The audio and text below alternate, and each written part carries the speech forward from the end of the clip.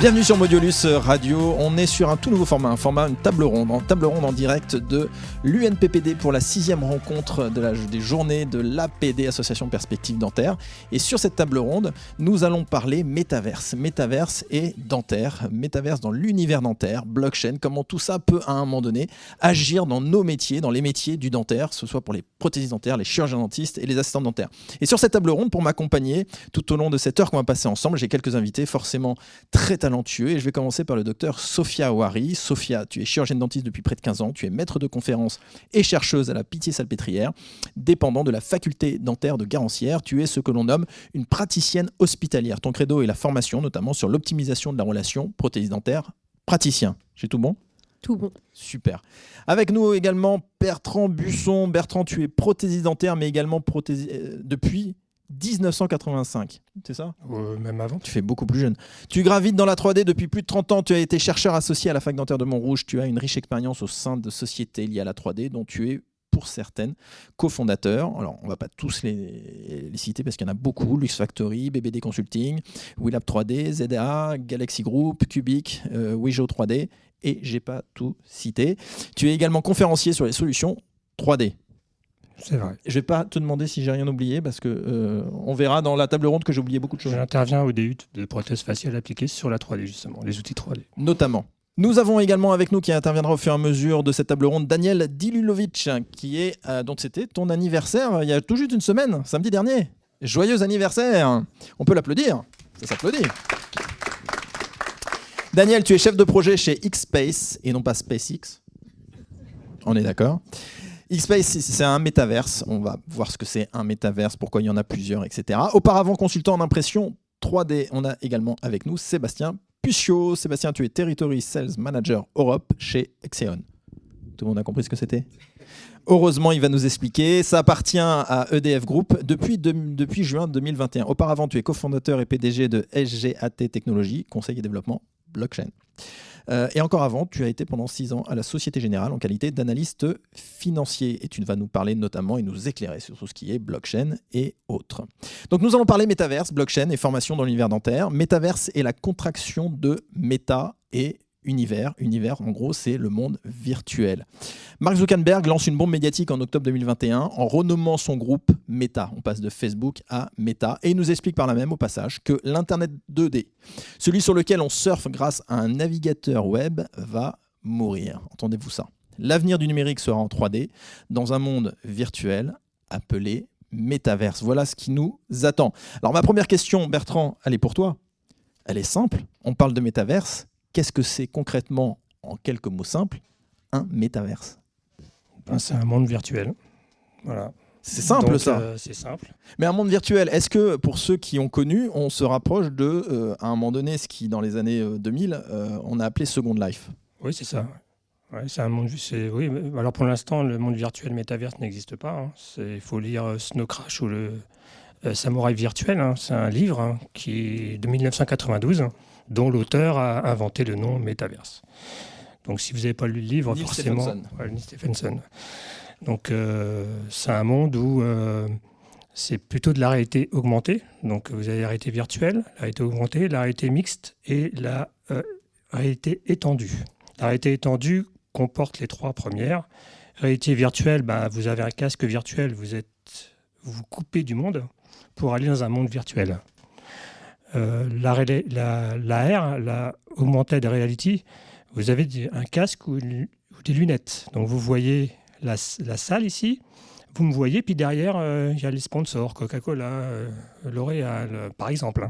Donc ça, vous voyez, vous ne coupez pas le lien entre humains, et ça rajoute de l'information dans le lieu où vous êtes. D'ailleurs, le livre, c'est ça. Vous marchez dans la rue, et vous pouvez rencontrer un combattant qui veut faire un combat avec vous au sabre. Vous êtes dans la rue, mais vous vous battez au sabre. Et vous pouvez tuer votre adversaire, naturellement, vous ne le tuez pas vraiment. Mais vous tuez son avatar. Et quand vous tuez son avatar dans le livre, c'est très néfaste, forcément, à la personne qui avait cet avatar. Donc, en l'occurrence, ça, c'est la réalité augmentée. La réalité mixte, c'est un peu des deux. Et la XR, c'est les 3, c'est-à-dire que c'est utilisé surtout en audiovisuel, broadcast professionnel. C'est-à-dire que quand vous voyez la speakerine à la télévision, vous montrez la carte météo, le studio il est vert. Il n'y a rien, pas de carte météo, elle a un écran. Et on incruste sur ce fond vert ce qu'on veut. Et maintenant, il y a la même chose avec, c'est plus un écran vert, c'est un écran LED. Donc le fond derrière moi, c'est un écran LED et je suis sur la plage à Monaco. Et vous ne voyez pas que je ne suis pas sur la plage à Monaco, que je suis à l'UNPPD dans le 11e. Donc ça, c'est... Normalement, c'est l'inverse. On est sur la plage à Monaco et on fait croire qu'on est à l'UNPPD. Voilà. Donc ça, ça permet de faire des choses que vous ne pouviez pas faire avant, c'est-à-dire faire un cours sur la plage. Tout le monde pense que vous êtes sur la plage. Donc, vous choisissez votre décor et le décor peut être interactif. Le décor est traqué en temps réel par les caméras. Et dans ce décor, vous pouvez faire venir des avatars. Donc, mais là, quand tu dis ça, j'ai des lunettes, j'ai pas de casque. Là, je suis vraiment devant mon ordinateur. C'est-à-dire, non, c'est la personne qui regarde sa télévision ou son ordinateur pense qu'il y a une cinquième chaise ici et Ronaldo.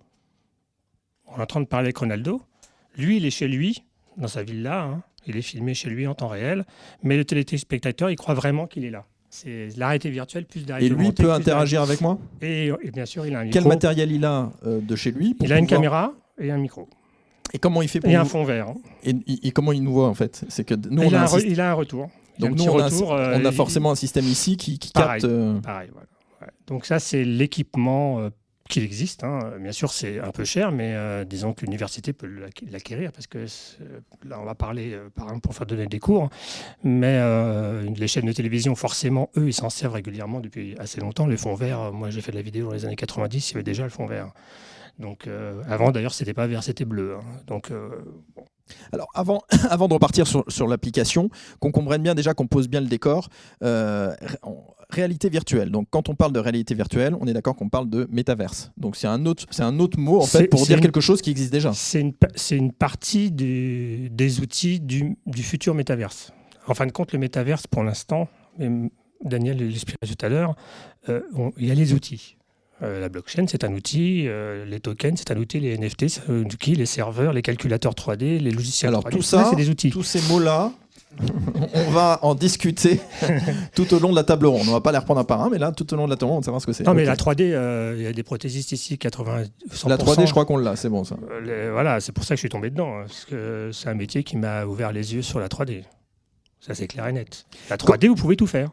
Quand tu parles du samouraï virtuel, donc un livre de Neil Stephenson, donc roman d'anticipation purement très dystoptique, qui apporte une vision de l'avenir peu reluisante, on ne parle pas de métaverse, là on parle de réalité virtuelle à ce moment-là. Plutôt de la réalité augmentée. Dans le livre, il a un casque, il voit le monde réel. Et là, est-ce qu'on est déjà, est-ce qu'on est déjà sur la notion de métaverse ou pas ? Parce qu'il voit une réalité augmentée, mais c'est-à-dire qu'il voit une réalité qui n'existe pas. Donc un méta-univers ou pas ? Elle existe dans un monde parallèle. C'est-à-dire qu'il y a le monde réel et le monde parallèle. Donc la réalité virtuelle, c'est vraiment, vous avez un casque et vous voyez pas l'extérieur du monde. Alors il y a certains casques maintenant où vous avez deux caméras devant, vous voyez ce qui se passe dedans et dehors. Et ça, c'est de la réalité augmentée. C'est plus de la réalité virtuelle. C'est une brique au-dessus. D'après moi, dans 5 à 10 ans, le téléphone sera dans votre poche. Pour les premiers, il y aura un fil qui ramènera sur vos lunettes pour batterie et ordinateur. Et tout le monde aura des lunettes et tout le monde pourra voir. Et moi, je pourrais voir son laboratoire parce qu'au-dessus de lui, il y aura son laboratoire. Lui, je sais pas, il est fan de voiture, il a sa voiture. S'il veut bien laisser la personne voir son monde virtuel. Donc, chacun pourra avoir son monde virtuel. Donc en fait, oui, on différencie bien le métaverse d'un univers totalement virtuel qui fait complètement abstraction de l'univers réel, de la réalité augmentée, finalement, qu'on utilise. Alors, peut-être pas tous, mais quand on va, il y a des applications. Si je suis touriste à Paris, oui. Mon application, je le mets sur la Tour Eiffel et tout d'un coup, je vois la Tour Eiffel et à côté, je vois écrit des informations sur la Tour Eiffel. Où tu vois la Tour Eiffel se monter avec les images d'époque. Il y a même une application que j'ai vue, tu es dans ta voiture, donc tu as un rétroprojecteur sur ton pare-brise, tu roules dans ta voiture et il est marqué abbaye du XVIe siècle. Il reste une tour. Et automatiquement, sur ton pare-brise, tu vas voir l'abbaye comme elle était à sa splendeur, c'est-à-dire non détruite. Voilà, et même si avant c'était un temple romain, ça va te dire, voilà, avant c'est un temple romain. Donc ça, c'est la réalité augmentée. Donc là, on parle c'est pas la de- réalité physique hein, Ouais. qui est augmentée par de l'information et forcément 3D. Hein. Le métaverse ne marche pas sans 3D. Hein. Donc, Mais attention, parce que là, tu nous dis le métaverse ne fonctionne pas sans 3D, mais ça veut dire que la réalité augmentée, on dit que ça fait partie du métaverse ou c'est complètement à part ou c'est comme tu le alors dis, ça une fait brique partie, c'est une brique. c'est une D'accord, brique, donc la réalité augmentée, pour moi, en c'est fait, la brique principale. le métaverse est quelque chose de très global dans lequel on a la réalité virtuelle, la réalité augmentée, toutes ces choses-là. Ah, c'est comme si, je vais faire une application pour prothésiste, tu as le modèle du patient qui est devant toi, tu mets tes lunettes et tu vois le visage. Tu tournes le modèle et le visage il tourne en même temps. Tu vois son sourire. Tu vois la vidéo qu'elle a été faite par un scanner 3D, donc en 4D. Donc là, c'est de la etc. réalité augmentée qui C'est de la réalité augmentée. fait partie des Voilà. métaverses en fait. Voilà. Après, c'est un peu comme l'impression 3D. Quand j'ai commencé à m'intéresser en 2000, il y a longtemps, en 95, à l'impression 3D, il n'y avait pas vraiment de business model sur l'impression 3D, c'était un savoir-faire. Donc la blockchain, je suppose, c'est un savoir-faire. Les gens qui savent faire peuvent en déduire un business model ou un service. Donc l'impression 3D, dans les années 90, forcément, quand j'arrivais chez un client, elle me dit « Tu peux me faire ça ?» Je dis « Oui ». Pour quand ? Vendredi, tu l'as, on est lundi, vendredi. C'est pas possible. C'est impossible. Le graveur, il me prend 3 mois, ou 3 semaines, ou 4 semaines. Je dis, moi, je l'imprime en 3D. Il dit, mais ça n'existe pas, l'impression 3D. Voilà, donc c'était un savoir-faire. Les gens communiquaient pas sur les outils qu'ils avaient. Pourquoi ? Alors, on a ce livre qui sort, qui est un petit peu vraiment le livre qui parle pour la première fois de cet univers virtuel, etc. Pourquoi on a Second Life qui arrive dans les années milieu des années 2000 à peu près, qui fait un énorme buzz et après qu'on a l'impression qu'il s'éteint. Alors, j'ai regardé pour préparer cette table ronde, Second Life existe encore. Ça existe encore. C'est-à-dire qu'on a Second Life qui existe et qui devient quelque part qui reprend des couleurs parce que là on parle de métaverse, donc Second Life est un métaverse qui est celui qui a le plus d'expérience par définition. Ça veut pas dire que c'est le meilleur, mais ça c'est Daniel peut-être qui nous le dira. Et donc Second Life existe. Mais pourquoi on a à un moment donné, déjà en 90 on parle d'univers virtuel, réalité augmentée dans les années 2000 avec nos téléphones, fin 2000, donc début 2010 avec nos téléphones, Second Life qui arrive, puis après plus rien du tout. Et ça n'a pas du tout explosé. Et là, ça y est, on a Mark Zuckerberg qui nous dit métaverse. Et là, on s'est dit, tout va disparaître, ça va être maintenant métaverse. Pourquoi ça n'a pas explosé avant ? C'est toujours le business model, comment tu gagnes de l'argent. C'est pas évident. Moi, ça m'est arrivé, je reprends toujours l'impression 3D parce qu'il y a plein de startups en 2013, 2014 et 2015 qui se sont montées autour de l'impression 3D, même avant Sculteo en 2009. Sculteo n'a jamais gagné d'argent, à mon avis. Il faisait du B2C avec un truc qui est utilisé que par les professionnels. Quand je l'ai rencontré en 2013, je lui ai dit, mais moi, je suis dans un département de B2B, c'est ce que je fais déjà. Le mec, il m'a envoyé bouler. Puis 2 ans après, dans les échos, il dit, le B2C, ça ne rapporte pas, on va faire du B2B. Oui, d'accord, mais bon, je te l'avais déjà dit en 2013, et je suis juste utilisateur. Et je peux te dire qu'une machine d'impression 3D, les prothésistes qui sont là, ils ont dû faire une formation. C'est pas un outil comme ça que tu achètes, tu appuies sur un bouton, ça marche.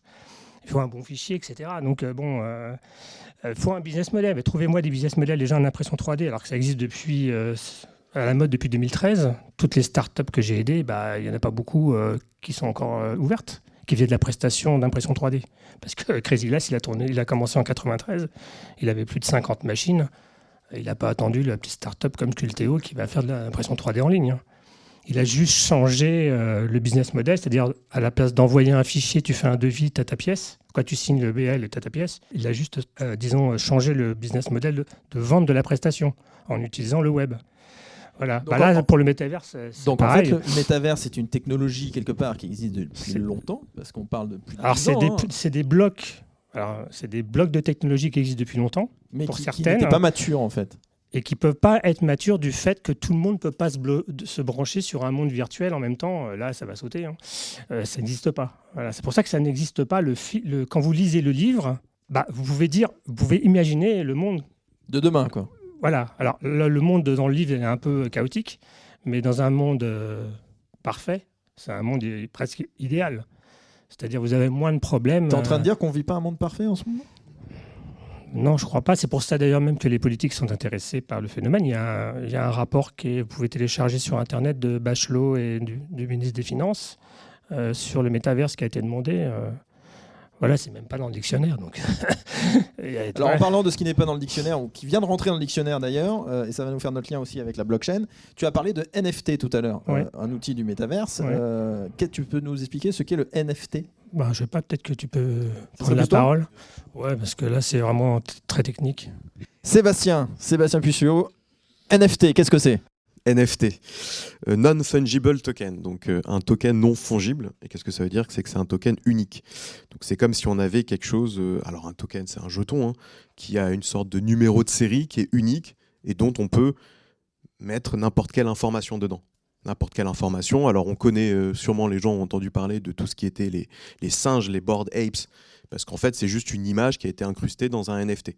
Mais en soi on pourrait imaginer que dans un NFT il y a tout type de données.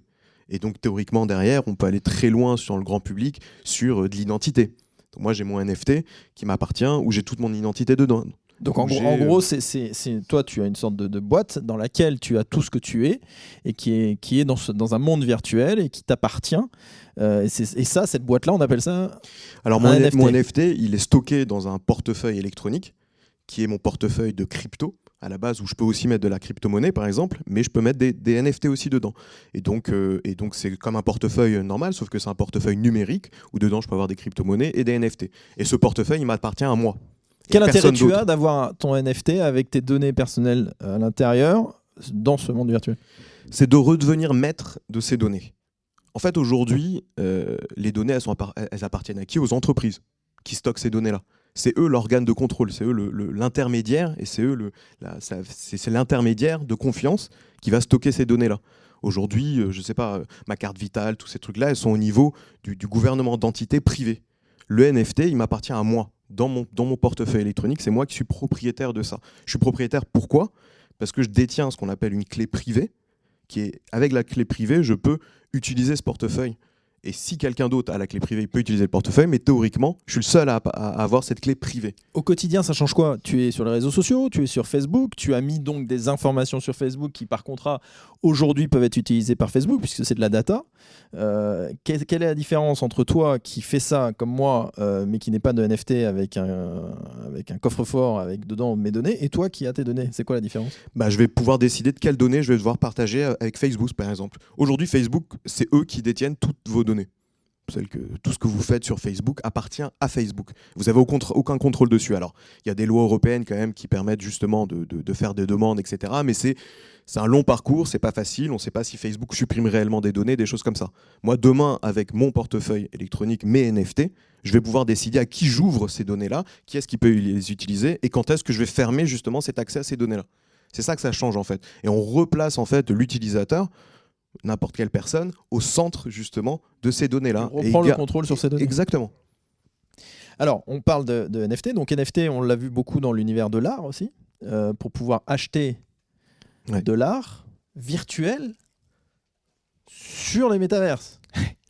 Ouais. Du coup, j'ai quoi quand j'achète si je peux acheter un Rembrandt sur oui, mais en fait, théoriquement, on peut faire ce qu'on veut. Parce qu'en fait, c'est juste que c'est des cas d'usage qui sont sortis. Des gens se sont dit, tiens, je vais faire des images, je vais faire des singes virtuels. Et les gens, il y a eu un engouement. Et en fait, voilà. C'est pas forcément le meilleur côté, on va dire, des NFT et de la blockchain, l'utilisation de la blockchain. Parce que théoriquement, c'est censé juste dire quoi ? C'est que moi, je détiens cette image, cet outil. Et donc, théoriquement, si on se dit que derrière, on va l'appliquer à l'art réel, on va se dire je suis détenteur de tel ou tel art. C'est juste que, après c'est chacun décide, mais est-ce que réellement ces singes, les bored apes, c'est vraiment de l'art ? Est-ce que vraiment ça a du potentiel ? Alors oui, parce que les gens ont voulu les acquérir, les gens avaient de l'argent. En fait, c'est aussi parce que depuis des années, il y a des gens qui sont devenus très riches grâce aux crypto-monnaies qui se sont dit tiens, je vais acheter tout ça. Donc c'est plus facile, ils dépensent de cette façon-là. Mais c'est peut-être pas la meilleure façon aussi. C'est peut-être que c'était la seule façon qu'ils avaient de dépenser leur crypto-monnaie aussi aujourd'hui. Oui, alors ça, c'est clairement un sujet. C'est que les gens qui ont gagné beaucoup d'argent dans la crypto, ils n'ont pas pu la sortir, parce qu'il y a des taxes, parce qu'il faut les déclarer. Alors, on va pas rentrer dans ça, mais du coup, ils se disent, mais qu'est-ce que je peux acheter virtuellement ? Tiens, je vais acheter des NFT, je vais acheter des terrains dans le métaverse aussi. Mais des terrains, aujourd'hui, on a vu, il y a eu un énorme engouement, il y a eu des sociétés privées, des grands groupes qui ont acheté des terrains. Aujourd'hui, ça se casse un peu la gueule, parce qu'il n'y a pas de vraie application encore derrière. Alors, on parle de NFT, et là, tu as parlé de blockchain. Alors, dans la salle, qui maîtrise totalement le concept de blockchain ? Oui, évidemment. Alors, du coup, on va passer le micro, mais on va revenir sur toi après, Sébastien. On va passer le micro à Daniel. Daniel, est-ce que tu peux venir, s'il te plaît? Est-ce que tu... Ah, alors c'est plus Sébastien, Parce d'accord. que j'aurais peut-être dû commencer par qu'est-ce que c'est que la blockchain. Alors, qu'est-ce que la blockchain? Alors, la blockchain, pour essayer de faire le plus simple possible, c'est une nouvelle technologie de base de données. Et on va voir comprendre pourquoi, justement, c'est intéressant. C'est qu'aujourd'hui, il y a plein de bases de données qui existent et qui sont détenues par des acteurs privés. Vous avez tous Google Cloud, iCloud, j'imagine. Ces données-là, elles sont détenues par les GAFAM, donc les Google, les Amazon, les Facebook, les Microsoft. Et en fait, c'est des sociétés privées. C'est elles qui ont le contrôle sur cette base de données, sur ces données-là. On en revient à la donnée. Et en fait, aujourd'hui, la blockchain, qui est en fait juste une combinaison de plein de technologies, hein, et c'est un peu comme le métaverse. Ce que disait Bertrand, c'est que c'était des briques qui ont été assemblées, qui ont créé le métaverse. C'est la même chose avec la blockchain. La blockchain n'a rien inventé en termes de technologie. C'est de la cryptographie combinée à du peer-to-peer, donc de l'échange pair à pair, avec plusieurs technologies qui, combinées, ont créé la blockchain. Et la blockchain, qu'est-ce qu'elle apporte? C'est une base de données qui est immuable, c'est-à-dire qu'on ne peut pas modifier la donnée. Tout ce qui est enregistré dans la blockchain ne peut pas être modifié. Ou alors, si on la modifie, il y a une traçabilité de la modification des données. Et surtout, elle est décentralisée. C'est-à-dire qu'elle n'appartient à personne. Elle est partagée par des millions d'ordinateurs en même temps qui vont partager ce qu'on appelle un ledger, donc c'est le même registre. C'est comme si c'était un très grand livre comptable où toutes les transactions, tout ce qui se passait sur la blockchain était enregistré ligne par ligne. Donc toutes les données qui sont échangées sur la blockchain sont enregistrées. Pourquoi c'est absolument pas piratable? Parce qu'il y a des millions d'ordinateurs qui partagent en même temps le même registre. En gros, il faudrait par exemple hacker 51%. Pour la blockchain Bitcoin, il faudrait hacker 51% de tous les ordinateurs en même temps. Parce que en fait, la blockchain, alors en l'occurrence la blockchain Bitcoin, c'est toutes les 10 minutes, il y a un bloc qui est créé. Et en fait, ce bloc, tout ce qui s'est passé dans les 10 dernières minutes est enregistré dans ce bloc. Et ensuite, il y en a un autre qui est mis à la chaîne. C'est pour ça qu'on appelle ça une blockchain. C'est parce que c'est des blocs qui sont mis à la chaîne. Et donc, c'est impossible de hacker tout ça. Aujourd'hui, on se rend compte par rapport à la puissance de calcul qui est utilisée sur Bitcoin, il faudrait 10 fois le budget de l'armée américaine pour pouvoir avoir la puissance de calcul nécessaire pour hacker 51% de la blockchain Bitcoin. Donc, autant dire que c'est compliqué. Donc voilà. Et donc, au final, et tu l'as dit juste avant, enfin au tout début, tu l'as dit, toi, la blockchain, c'était l'argent, la crypto-monnaie. Pourquoi c'est la crypto-monnaie qui a explosé, qui a fait parler de la blockchain? C'est parce qu'on parle d'échange de valeur. Quand Alice, c'est toujours utilisé, Alice envoie de l'argent à Bob, par exemple, qu'est-ce qui est intéressant derrière, dans l'échange de valeur? C'est qu'il est enregistré sur la blockchain. Donc il est certifié, il est immuable, et on n'a plus besoin d'organes de contrôle. Aujourd'hui, moi, quand j'envoie de l'argent à quelqu'un, je passe par une banque. C'est la banque qui est l'organe de contrôle, c'est lui qui est le tiers de confiance qui va certifier le fait que j'ai envoyé de l'argent à quelqu'un par un virement ou que j'ai payé dans un établissement. Donc il y a l'autre intermédiaire, ça va être avec ma carte Visa, c'est Visa l'intermédiaire de confiance. Avec la technologie blockchain, on n'a plus besoin de ces intermédiaires parce que c'est la technologie qui sert de tiers de confiance qui va enregistrer ce qui se passe. Et c'est là où ça prend toute sa puissance. C'est pour ça que la crypto-monnaie a explosé. Parce que des monnaies virtuelles, ça existe depuis toujours. Hein. Dans des jeux vidéo, sur des plateformes, il y avait on pouvait avoir des tokens, des choses comme ça. Sauf qu'il n'y avait pas la technologie blockchain derrière pour enregistrer ces transactions et certifier ces échanges-là. Bertrand, par rapport à la question qui a été aux informations que nous a donné Sébastien, on a parlé métaverse, on a parlé blockchain, mais ça veut dire que la blockchain est indispensable à l'univers de développement du métaverse, parce que si on veut que ce métaverse se développe, il faut une assurance de validation ou de sécurité des données, à la fois dans les échanges et de mes données personnelles. Donc en fait, la blockchain est complètement intrinsèquement liée au développement du métaverse. Yes. Je peux répondre que oui, parce que, comme il l'a très bien expliqué, tout est marqué. Tu ne peux pas dire 3 semaines après, maintenant je ne l'avais pas dit, les gars. Ou je ne l'avais pas fait, ou alors je ne t'avais pas payé, ou alors je t'ai payé. Ce n'est pas vrai. Donc là, c'est visible par tous. Donc forcément, c'est un bloc, sans jeu de mots, primordial. Naturellement, ce bloc-là est rattaché à des serveurs informatiques, à des calculateurs. Si c'est la 3D, par exemple, forcément, il faut que l'image se déplace en temps réel, par exemple. C'est du calcul derrière. Ça ne se fait pas comme ça en claque des doigts. C'est pour ça que ça n'existe pas vraiment. C'est pour ça qu'il y a certains mondes virtuels qui sont des jeux. Dès que tu es plus de 30, ça bug. Tu ne peux même pas rentrer dans la salle. Toi. Voilà.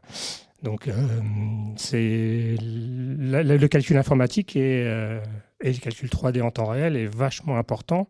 Tout est marqué sur la blockchain Donc ça, c'est la garantie que tout se passe bien. C'est-à-dire que dans le livre, là, dans le livre de Métaverse, on voit... Armoire virtuelle. C'est un peu comme, disons, un Mark Zuckerberg qui devient fou et qui veut justement attaquer la blockchain en disant, voilà, je vais influencer sur le calcul informatique, hein, pour récupérer de l'information. Mais t'es en train de dire que Mark Zuckerberg n'est pas fou, en fait? Non, je sais pas, je connais pas. Je peux pas dire. Mais alors, par contre, si je reprends ce qu'il a dit, effectivement, il est fou parce que il vit avec Facebook et il veut aller dans le métaverse. S'il va dans le métaverse en utilisant la blockchain, les données sont plus à lui. Donc, il peut pas les monétiser sans votre accord. Donc forcément, il se tire une balle dans le pied. Donc effectivement, il peut être fou. Bah oui, mais et c'est pour ça peut-être que son action a chuté, parce que les investisseurs, ils sont pas idiots, ils font appel à des cabinets d'audit, ils disent c'est quoi ça? Est-ce qu'il n'applique pas tout simplement sa pensée d'origine quand il a créé Facebook, où on lui a dit mais t'es fou, tu vas pas gagner d'argent puisque le service est gratuit, qu'au début personne n'y croyait, qu'il a créé Facebook et qu'aujourd'hui en France on a 49 millions d'utilisateurs Facebook. Est-ce qu'il n'est pas dans cette ligne droite en fait et qu'au final il est devenu l'un des hommes les plus riches du monde? C'est possible c'est possible qu'il ait une idée de business model. Tu voulais dire quelque chose? Alors on va passer la parole. On va passer la parole à Daniel. Donc Daniel, dis-nous. Donc bonjour à tous. Donc moi j'étais le fou en 2013 qui a parlé de la crypto. À la base je suis arrivé en crypto-monnaie quand il y avait les fameux MLM. Donc on parlait de Redis-nous, MLM marketing réseau. Donc moi la réseau... MLM c'était des petits bonbons à la base, donc c'est marketing réseau. Ok. Donc aujourd'hui, moi j'étais le fou justement quand on m'a dit mais la blockchain, la crypto, ça ne marchera jamais. Donc j'étais à l'époque où le Bitcoin faisait à peine $200. Et puis aujourd'hui, on voit qu'il fait plus de $50,000. Donc aujourd'hui, on peut s'imaginer, depuis 2013, il s'est placé plein de choses. Donc ça veut dire que tu achètes un Bitcoin en 2013, tu l'achètes $200. Et aujourd'hui, avec un Bitcoin à $200, tu as $50,000. Entre autres. Donc tu en avais acheté 2, tu as $100,000. Entre autres. 3, tu as 150. Mais par contre, tu ne peux acheter que des NFT. En parlant des NFT, on a bien parlé de l'art. Pour moi, un NFT, c'est un écosystème. D'accord. À part entière. Donc, en l'occurrence, aujourd'hui, on est avec des prothésistes et on parle un sourire peut être un NFT. Hein. Et aujourd'hui, on sait que... C'est-à-dire que sur mon avatar, dans mon univers virtuel, je peux m'acheter à un moment donné un sourire. Un sourire d'un rappeur avec plein de diamants. En NFT qui n'appartient qu'à moi. Exactement. Et que mon avatar a à avoir. Donc je m'achète un sourire virtuel. Qui je peux utiliser derrière, soit pour des fins marketing ou commercial. Donc imaginons mon sourire, je suis mannequin de sourire parce que j'ai un joli sourire. Ça peut me permettre dans la blockchain de jamais me faire voler mon sourire, que quelqu'un d'autre l'utilise à mon issue. Donc aujourd'hui, des applications... sont possibles. Ça n'existe pas. Il faut le créer. Hein. Donc aujourd'hui, comme je vous ai mis par mail, aujourd'hui, moi, je suis venu pour mettre le mot transition en place. Parce qu'aujourd'hui, c'est toute une transition à mettre en place. On ne se rend pas compte, quand on parlait il y a 10 ans du Bitcoin, de l'impact que ça pourrait faire. Et aujourd'hui, on se rend compte avec une guerre stupide, pardon à tous, hein, que la crypto peut être quelque chose qui peut changer le monde.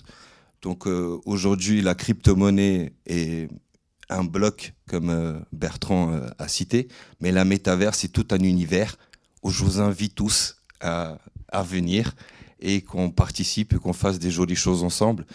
Pour la petite anecdote, on a parlé des mondes qui n'existent déjà aujourd'hui. Decentraland a une valeur estimable sur le marché 1,3 milliard de dollars. Combien d'utilisateurs sur la plateforme pensez-vous tous les jours? Un petit chiffre? 100 000, 200 000? 36 personnes par jour. Ah. Sans service, sans réel impact. Un autre Facebook 2.0 n'est pas aujourd'hui intéressant. Si on crée un monde axé B2B, où on peut intégrer les fournisseurs, les intégrateurs, le comptable, la juriste, tout le monde, où les tâches ils seront répertoriés et on peut faire tâche par tâche. Et on a un mail qui nous dira « Ah, attends, Bob, tu as oublié d'envoyer ton mail, tu n'as pas fini vendredi. » Aujourd'hui, toutes ces tâches ils pourraient être intégrées. Donc, au lieu de... j'ai rien contre les secrétaires, mais aujourd'hui, la blockchain pourrait être notre secrétaire, un écosystème qui aujourd'hui peut nous assister. Donc aujourd'hui, on parle de Alice ou Siri. Pour moi, la blockchain, le NFT est un peu la même chose. En fait, je pense que le problème de compréhension, c'est on réfléchit métaverse en partant de nous comme on réfléchit à un nouvel univers. Mais en fait, c'est une déclinaison, alors, en t'écoutant, Daniel, tu me dis si je me trompe, mais c'est une déclinaison de ce qui existe déjà sur Internet, sauf que c'est une autre façon de fonctionner. Tu parles du sourire, parce que quand tu dis sourire, forcément, j'ai en NFT un sourire qui m'appartient, qui est un sourire dessiné, qui correspond à celui d'un rappeur XY, et ça peut être moi à un moment donné, parce que je suis mannequin, ma marque de fabrique, etc. Quelque part, est-ce que ça correspond, et tu me dis si mon analyse est fausse, ou si elle est bonne, est-ce que ça correspond pas à aujourd'hui, pour vendre le sourire que je fabrique dans mon laboratoire, je vais prendre une photo d'un sourire que je vais mettre en pleine page d'un magazine, et quelque part, c'est un vrai sourire que j'ai fabriqué, mais qui est faux, parce que c'est l'image d'un sourire, et de dire, voilà, regardez cette photo, c'est ce que je vends, et cette photo, elle m'appartient, elle est dans le magazine, j'en suis propriétaire, et ça correspond à ce que je vends. Et quelque part, si j'ai un avatar à un moment donné dans un métaverse, avec un sourire qui m'appartient, que personne d'autre peut faire, parce que c'est une photo d'un sourire que j'ai fabriqué, et c'est l'avatar de mon sourire, et du coup c'est une publicité de mon sourire pour mon laboratoire réel, physique. Est-ce que j'ai bon ou pas ? Complètement. D'accord. Complètement. Aujourd'hui, nous, on bosse avec des intégrateurs que je ne peux pas citer aujourd'hui, vous m'excusez. Mais aujourd'hui, l'intérêt, c'est vraiment de faire une virtual production où toute entreprise pourrait bénéficier d'un NFT, pas juste d'une image, mais justement de ce qu'on vient de dire, une sorte de planche à billets, si je peux appeler ça comme ça, qui peut faire justement des marketing sur un salon. On en parle des salons. Aujourd'hui, quand on se rend au salon, on voit les salons désertiques. Et aujourd'hui, quand on se rend compte avec un monde virtuel, on pourra justement redonner envie aux gens de venir sur un salon. Comme ici aujourd'hui, ça m'a fait plaisir de serrer des mains et dire bonjour. Mais est-ce que vous vous imaginez aujourd'hui, demain, faire ce genre d'event chez vous, avec l'équipement nécessaire? Et vu qu'on a passé le temps Covid, on était tous en Teams, en Zoom, on a vu ce que ça fait. Pas mettre la caméra parce que j'ai pas de short en dessous, ou peu importe, j'ai la chemise là-haut. On s'est habitué comme ça. Mais est-ce que notre avatar pourrait pas prendre justement le dessus? On l'habillerait, on le donne le iPhone. On l'habille avec des vêtements qu'on achète dans le métaverse, avec des NFT, des bitcoins grâce à la blockchain. Exactement. Enfin, je comprends vite. Le bitcoin aujourd'hui, c'est le plus gros. On peut aujourd'hui nommer des milliers de crypto-monnaies qu'on peut même créer nous-mêmes aujourd'hui. Alors, docteur Sophia Wari, tu es avec nous pour parler formation. Parce que là, on a bien compris, je crois, que ce qu'est la métaverse. On dit le ou la métaverse ? Le métaverse. Le métaverse. On a parlé blockchain, on a parlé de toutes ces choses-là. Quelle application cela pourrait avoir ? Alors, notamment en partant de ce que tu fais toi, qui est de la formation. Prothésiste dentaire, chirurgien dentiste, donc part de ça, de qu'est-ce que tu fais, donc quel est ton objectif toi en tant que praticienne hospitalière, enseignante, chercheuse, dans la formation chirurgien dentiste, prothésiste dentaire, quel est ton credo ? Donc en fait, moi, le constat en fait actuel qu'il y a au niveau des facs de chirurgie dentaire, et notamment à Paris, c'est que en fait, les étudiants en formation initiale ont un gros pôle santé. Et ce pôle santé, il est en direct B2B entre le chirurgien dentiste et le patient. Donc dans cette histoire, le prothésiste dentaire est quasiment inexistant. C'est pourquoi moi, de ce constat, mais aussi de la demande de nos étudiants, donc futurs chirurgiens dentistes, c'est de comment est-ce que je peux me placer en tant que nouveau diplômé par rapport au traitement de mon patient en intégrant la partie donc indirect. Donc tout ce qui est indirect, c'est tout ce qui fait intervenir les prothésistes dentaires. C'est-à-dire que le dentiste ne peut pas faire au fauteuil ce dont le patient a besoin. À partir de là, moi j'ai pensé à un complément de formation avec, en mettant en réel des prothésistes dentaires avec des chirurgiens dentistes au cours de formation, mais des formations assez pratico-pratiques. Ben voilà, j'ai un patient lambda, je ne sais pas trop comment m'y prendre. Comment je vais communiquer avec mon prothésiste? Donc, il y a tout un panel de communication avec un S qu'il faut un petit peu leur expliquer. Comme m'a dit Geoffroy Regoubi ce matin, c'est jamais enseigné. Et effectivement, même à ce niveau-là, après 6 ans d'études, les partenaires d'action de la santé de nos patients n'existent pas. C'est incroyable ce constat quand même que tu fais là. Oui. Voilà, donc ça c'est le constat. Et tu viens de te faire plein de nouveaux amis. Voilà, bon. Et du coup, moi ce que je voudrais faire, c'est faire une formation continue de courte durée, c'est-à-dire pas plus de 1 ou 2 jours, avec des points assez précis, des cycles. Ça peut commencer par un cycle d'initiation déjà, où on essaye de partager déjà le même vocabulaire entre prothésiste et dentiste. En fonction de mon cas clinique, est-ce que j'ai besoin de l'aide en amont de mon prothésiste dentaire ou bien je peux faire par moi-même et faire la finalisation par mon prothésiste dentaire? Là se posent des questions. Dans quel cas de figure je suis en fait? Les étudiants ne savent pas. Parfois, il y a des étudiants qui sont très ambitieux, vont aller se lancer dans un traitement et se rendre compte que j'ai déjà commencé à agir et en fin de compte, c'est pas comme ça qu'il aurait fallu faire. Donc il y a déjà ce point très important. Et puis après, au fur et à mesure, on ajouterait des cycles de perfectionnement, d'expertise, un autre cycle intégrant purement les outils numériques, parce que je fais bien la dichotomie entre ce qui est assez conventionnel et tout ce que peut nous apporter les outils numériques. Et aujourd'hui, pour un praticien encore inexpérimenté, je pense tout à fait que les outils du numérique, ça va de l'assez simple à partir de communiquer. En fait, ça commence par la communication du patient au prothésiste dentaire. Donc, il existe des scanners faciaux, des photographies à l'échelle du visage, à l'échelle du sourire, à l'échelle dento-gingivale. Et toutes ces informations, je suis peut-être désolée de vous le dire, mais vous ne les avez pas en fait.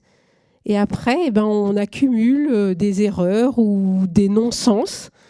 Et ça fait qu'à la fin, le patient est insatisfait. Et un patient insatisfait, malheureusement, il ne va pas trop aller voir celui qui a fait sa prothèse, mais celui qui lui a posé.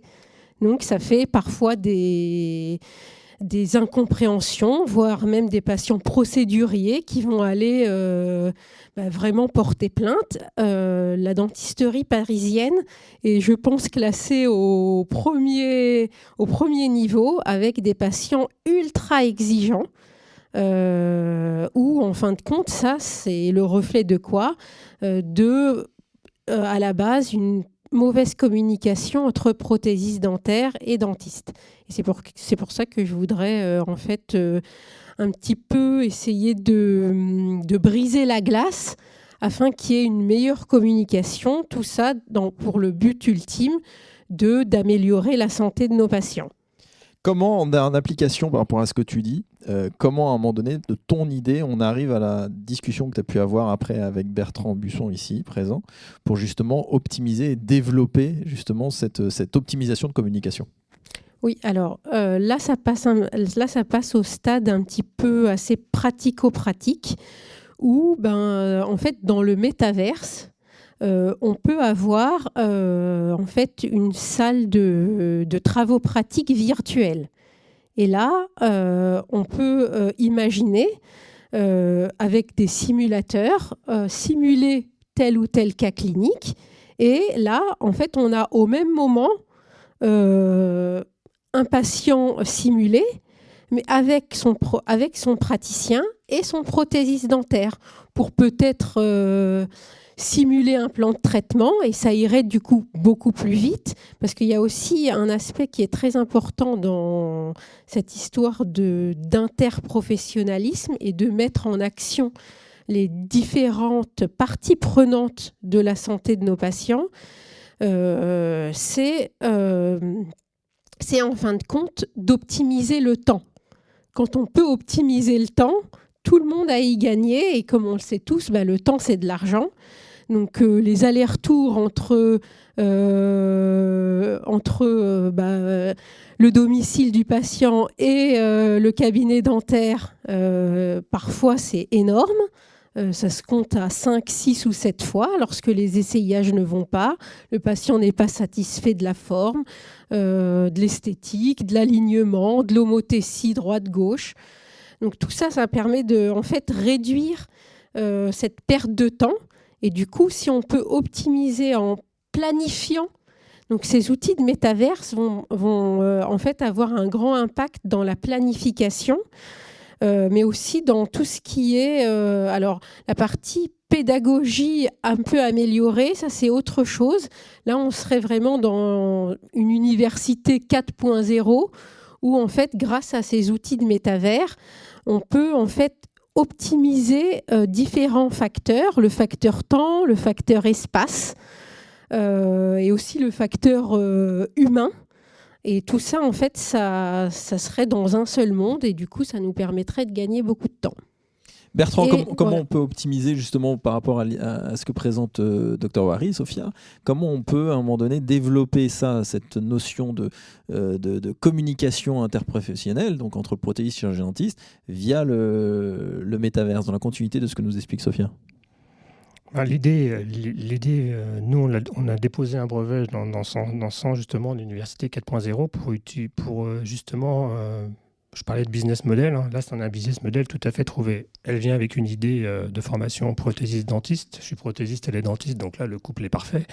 J'ai dit, oui, effectivement, moi j'ai le problème en tant que prothésiste. Si on peut tout simuler, donc j'ai travaillé de 2009 à 2012 pour la société Didaptique, qui faisait un système de simulateur avec un bras haptique, c'est-à-dire vous aviez une pièce à main dans la main, et quand vous foriez de l'os virtuel, ça vibrait, etc. Donc c'était un simulateur pour apprendre à faire un cycle de forage en implantologie. Donc le praticien l'avait fait sur un cas réel, donc cas réel scanner, 3D, hein. Scanner médical égale 3D. Les informations ont été mises dans un ordinateur, compilées. Moi, j'imprimais en 3D le modèle, je le dupliquais, je le mettais dans la machine pour avoir une forme physique de placement de l'outil en bouche virtuelle, hein, donc casque de réalité augmentée. Donc on avait des lunettes. On voyait ce qu'on faisait avec la pièce à main. On voyait une vraie pièce à main dans sa main. Naturellement, on voyait le bras haptique et on pouvait voir le vrai patient ou la vraie patiente. Voilà. Et donc, on essayait de faire le même forage que l'enseignant avait fait en bouche. Puisque forcément, la 3D, c'est génial. Vous avez avant, et puis après, le praticien, il fait une radio de placement de l'implant, et vous pouvez comparer avant-après. Vous rentrez ça dans la machine, et l'étudiant faisait le trou, et ça vous comparait le trou fait par rapport au trou fait par le praticien, en pourcentage. Donc, je ne sais pas, moi, quand les premiers trucs pour regarder les teintes avec de chez Vita, là, en 2000, je ne sais pas, c'était en 2004, où ils m'avaient prêté la machine, et nous, quand on faisait une dent en céramique, on contrôlait pour essayer d'avoir à 100%. C'est quasiment impossible. En tout cas, je ne sais pas comment ça a changé, mais c'était impossible. On arrivait, je crois que le plus qu'on est arrivé, c'est 76%. C'est déjà balèze, hein, parce que c'est de la céramique et d'autres, c'est de l'émail. Donc, voilà. Donc ça, c'est vraiment la base de réflexion. Donc imaginez, vous êtes arrivé à l'université. Déjà, le professeur, il peut avoir des salles. Donc là, on est une trentaine. Il y a combien de facultés en France? 15 à peu près. Donc vous avez 15 salles Donc vous faites un cours magistral, je ne sais pas moi, sur la gencive par exemple, et les 15 facultés apprennent la même chose. Est-ce que c'est le cas actuellement? Non. Donc déjà, on est mal barré déjà. Ce n'est pas le cas actuellement. Est-ce qu'en dentaire, c'est le cas? Absolument pas. Voilà. Non, absolument pas non plus. Donc imaginez déjà, les 15 facultés apprennent exactement la même chose. Mais alors attends, excuse-moi, ça peut être le cas si tu as 15 salles dans 15 facultés différentes avec une visio. Oui, ça peut être le cas actuellement. Oui, bien mais sûr. par contre, qu'est-ce que ça donne de plus que la visio? La blockchain, en l'occurrence, parce que tout à l'heure, il a dit, vous avez un NFT ou un token, vous avez toute l'information de l'étudiant. L'étudiant s'inscrit en faculté, il a son jeton, sa carte graphique déposée sur la blockchain. Tous ses cours, forcément, qu'il a écrit ou même parlé, parce qu'il y a des gens qui ont du mal à écrire, comme moi, je préfère parler. Il peut enregistrer, c'est sur la blockchain. Le professeur, avec son accord, peut aller voir ses cours, peut corriger ses cours. On est d'accord, tout ça, c'est... Et donc tous ces contrôles, ces devoirs sur table, etc., il peut les mettre dans la blockchain. On peut les mettre dans la blockchain. On peut plus tricher, en fait. On peut plus tricher. Ouais. Ça, je pourrais raconter plein d'histoires, mais on peut plus tricher. Là, c'est impossible. Et donc, forcément, il arrive à la faculté, prothésiste et dentiste d'ailleurs, ils peuvent commencer en même temps. Donc, c'est ça, prenez dès le départ. Et ils ont leur cartographie que les enseignants peuvent regarder avec leur accord, parce que forcément, là, tu es obligé de donner ton accord.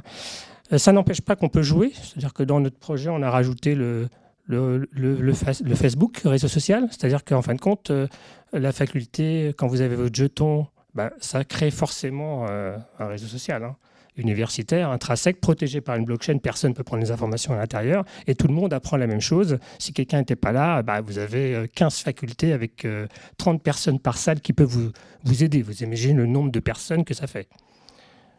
Un simple mail, tiens, tu peux me laisser voir ton cours? Oui, non. Et du coup, Sophia fait cours à ce moment-là, dans une salle métaverse. Alors, dans une salle comme ici, donc on serait filmé, le fond serait vert. D'accord. Ou LED. Alors vert, parce que ça ne coûte pas très cher, c'est de la peinture. Et dans le fond, tous les étudiants voient, par exemple, je sais pas moi, un cours sur l'hygiène, par exemple, voit un bloc opératoire d'implantologie et Sophia, comme on pourrait présenter la météo, Sophia pourrait dire, alors voilà, elle est en train de faire ça, elle est en train de faire ça, etc. Alors, pour le business model, forcément, si Sophia et plein d'autres enseignants préfèrent telle marque parce qu'elle lave plus blanc, forcément, ça fait sponsor. Faut pas se cacher. Donc, cette marque-là marche bien, mais celle-là, elle marche moins bien parce qu'elle a ça en moins, ça n'a pas... Donc après, forcément... Est-ce que ça veut dire que si je vais plus loin pour être sûr que je comprenne, je suis étudiant moi-même, j'ai un casque de virtualité? Pas forcément, tu peux regarder ton écran. Donc je suis sur l'écran, mais je peux aussi avoir un casque et me retrouver aussi dans une salle comme ça et regarder à droite et à gauche, avoir Sophia devant, regarder avec des camarades qui sont dans d'autres facultés mais qui sont assis à côté de moi ou leur avatar, qui est validé par la blockchain, etc., NFT et tout ça, tout ce qu'on a vu, et me retrouver en fait dans un cours en étant chez moi. Handicapé, ou alors on part de désertion médicale. C'est-à-dire qu'à un moment donné, ça peut être c'est quelque chose dont tu... Voilà, alors ça m'intéresse. Déserts médicaux, c'est justement l'idée est venue de là. Parce qu'elle me dit, ma copine qui donne des cours à Rouen, donc il y a 8 nouvelles facs qui s'ouvrent. Oui, en plus des 17 facultés odontologiques qui existent, il y a eu depuis l'année dernière, validées par l'État, des nouvelles antennes dans d'autres villes de France, avec pour objectif principal de combler un petit peu les déserts médicaux et d'avoir en fait de donner accès à la formation de chirurgien dentiste dans d'autres facs. Donc je ne connais plus par cœur les 8, mais ce qui était intéressant quand on préparait on discutait de ça quand on préparait cette table ronde, c'est que tu expliquais que l'intérêt pour lutter contre le désert médical, c'était, et je trouvais ça formidable, c'est qu'effectivement à partir du moment que la faculté va dans les déserts médicaux pour pouvoir à un moment donné à faire sa formation, du coup je reste là où je suis, je crée un univers social, des amis, je fais du sport à cet endroit, etc. Et une fois que j'ai terminé mes études, j'ai moins vocation à partir parce que j'ai créé mon univers. Donc il est plus difficile de m'arracher de cet univers quand même que j'habite au fin fond de la campagne, ce qui peut à un moment donné être une difficulté d'y aller si j'ai fait mes études à Paris, à Bordeaux, à Nantes ou autre. Et comment ça peut être optimisé par le métavers, justement ces implantations-là? Justement, grâce à grâce à cette technologie de numérique et d'enregistrement à distance, c'est qu'un enseignant à un endroit donné, il suffit de fixer le planning de cours et tous les étudiants, que ce soit de chez eux, mais ils peuvent aussi se déplacer à la fac, à l'antenne qui a été créée, donc dans une salle où tous les étudiants de la région viendraient, mais connectés au même cours d'un seul prof donné à un endroit, un autre endroit. Et contrairement à la visio, avec une vraie expérience quasi sociale, en fait, c'est remettre de l'humain dans la dématérialisation, puisque via le métavers, je ne suis pas tout seul chez moi face à un écran, je suis tout seul chez moi, mais à côté d'un avatar que je ne peux pas toucher, mais que je peux voir. Et le prof peut circuler dans les rangs, dire « Ah bah toi, tu peux répondre à ma question ». Et c'est ce qui est un peu décrié depuis là, ces années Covid. Les étudiants n'aiment pas trop le format Zoom parce qu'il n'y a pas d'interactivité. L'avantage du métaverse, c'est d'introduire l'interactivité. Bien sûr. L'interactivité communicationnelle, mais aussi grâce justement à ces simulateurs qui peuvent en fait se démocratiser. Aujourd'hui, un simulateur, c'est 70 000 €. Donc, on en a, nous, à la fac, en test, où en fait, on fait des scénarios. C'est des jeux sérieux, mais pratique, c'est-à-dire que l'étudiant a les instruments dans sa main, le patient virtuel fait un soin avec un retour de... En fait, c'est ce qu'on appelle haptique. C'est en fait le vrai retour de la dureté du matériau qu'il est en train de travailler. Donc ça, c'est vraiment important parce que ça guide la pression que l'on met dans certains gestes. Voilà. Donc, il y a tout cet aspect-là qui va être possible grâce à ces nouveaux outils numériques. Mais comme disait Bertrand, aujourd'hui, le tout n'existe pas. On a des briques, mais c'est vrai qu'il faut les mettre en place. Comme il a dit, aujourd'hui, parfois, on est limité sur un nombre de personnes. Grâce à ces outils-là, on va pouvoir élargir. Donc c'est pour ça que, en fin de compte, c'est quoi ? On gagne encore une fois du temps. Au lieu d'être limité par un espace, ici physique, tout à l'heure Geoffroy a dit « Oh, il y a 100 places ». Dans le métaverse, il n'y aura pas 100 places. Donc voilà. Et puis, l'avantage aussi, c'est qu'on peut ne pas être figé à un seul enseignant, mais plusieurs enseignants de différentes facultés peuvent intégrer ce même espace-temps. Bien sûr, et plusieurs étudiants de différentes fonctions. Tu parlais d'interprofessionnalisme, à la fois les étudiants prothésistes dentaires avec les étudiants chirurgiens dentistes qui correspondent, toi, à ton objectif d'optimiser la communication entre les deux. Voilà, et du coup, une accessibilité, c'est beaucoup plus simple. C'est très clair. Alors, ça a un coût. Et parce qu'il donne, donc j'imagine 8 universités, elle me dit on ne trouve pas de prof. Il donne combien de l'heure ? 40 €. Qui veut travailler pour 40 € de l'heure ? Un dentiste en plus. Donc là, vous prenez 8 plus 15, 23 universités, vous multipliez 23 par 40, et là, vous pouvez payer quelqu'un, des enseignants pour faire un cours. On est bien d'accord. Voilà, donc ça, c'est le business model, en gros. Le business model, c'est rationaliser aussi l'argent, le temps, mais aussi l'argent. Et comme les deux, là, sont dans l'enveloppe, les investisseurs, normalement, ils devraient se bousculer à la porte pour qu'on fasse cette chose-là. On est d'accord. Et ça marche pour... Là, on parle du dentaire, mais ça, naturellement, nous, on l'a déposé pour n'importe quel métier. Le dentaire, ce qui est compliqué, et d'ailleurs, le dentaire est le premier à utiliser la 3D dans le monde professionnel, en utilisant la 3D comme méthode de fabrication additive. Je rappelle que l'impression 3D, avant, c'était prototypage rapide. On faisait un prototype non fonctionnel. On est d'accord ? En 2003 ou 2004, Sirona et EOS, une boîte d'impression 3D titane et chrome cobalt, ont validé le fait de fabriquer de la prothèse normée directement finie. Donc, vous passez de l'impression 3D à un dispositif médical directement fait par impression 3D, pas passé par un prototype. On est les premiers. on est les premiers à utiliser un scanner en bouche. C'est François Duret qui l'a inventé, et c'est grâce à lui que je suis là. Et pour le coup, le métaverse, c'est exactement la même chose, c'est de la 3D. Sauf que nous, alors en tant que prothésiste, on fait de la sculpture dans la transparence. C'est-à-dire c'est presque de la 4D. Je ne sais même pas si on ne peut pas appeler ça de la 5D, parce que sculpter une sculpture d'un visage en terre, c'est bien, c'est ressemblant, c'est pas ressemblant. Mais faire une dent avec la transparence, c'est autre chose.